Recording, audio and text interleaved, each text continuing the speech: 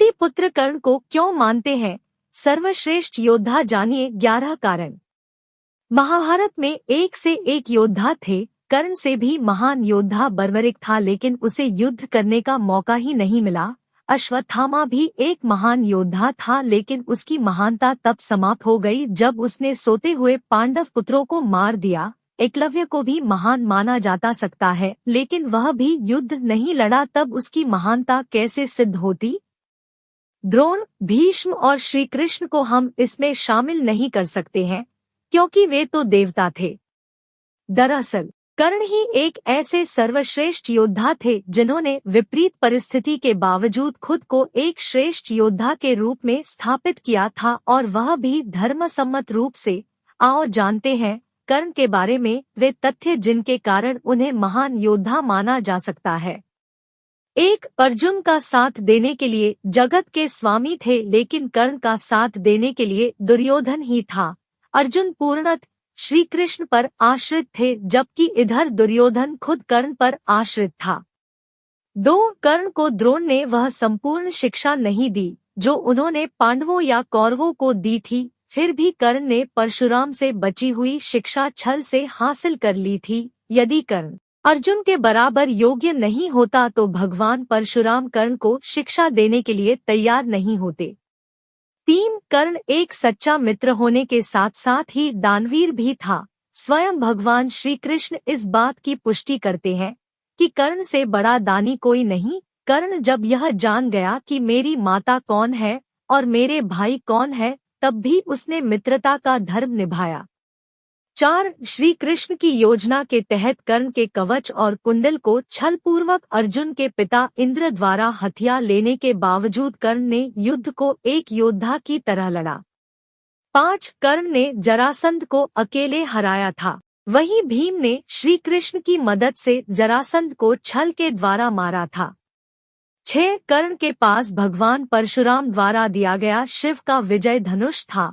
यह धनुष जिस भी योद्धा के हाथ में होता था, उस योद्धा के चारों तरफ एक ऐसा अभेद्य घेरा बना देता था जिसे भगवान शिव का पाशुपतास्त्र भी भेद नहीं सकता था।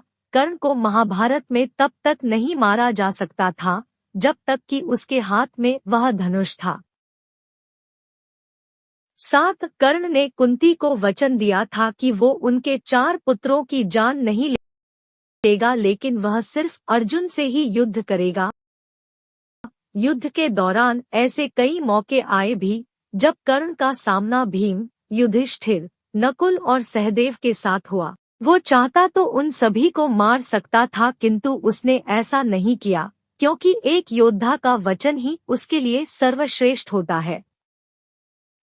8. जिस द्रुपद को 105 भाई मिलकर जीत नहीं पाए, उसे कर्ण ने दिग्विजय के दौरान अकेले ही हराया था। प्रागज्योतिष का राजा भगदत्त, जिसे राजसूय यज्ञ के दौरान अर्जुन नहीं हरा पाए थे, उसे भी कर्ण ने हराया था।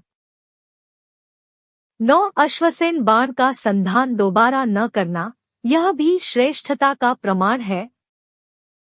अश्वसेन एक नाग था जो कर्ण के धनुष पर चढ़ गया था और उसने कहा था कि तुम मेरा संधान करो तो मैं वहां पहुंचकर अर्जुन को डंसकर अपना बदला पूरा करूंगा, क्योंकि अर्जुन ने खांडव वन दाह के समय मेरी माता को मारा था। लेकिन कर्ण ने अश्वसेन को इनकार कर दिया था।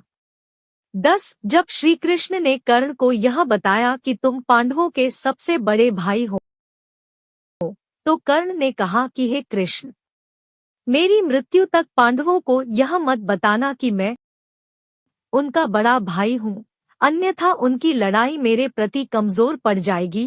कर्ण की यह बात सिद्ध करती है कि वह पांडवों के प्रति किसी भी षड्यंत्र में शामिल नहीं था, फिर भी युद्ध के सामने योद्धाओं की तरह ही लड़ा।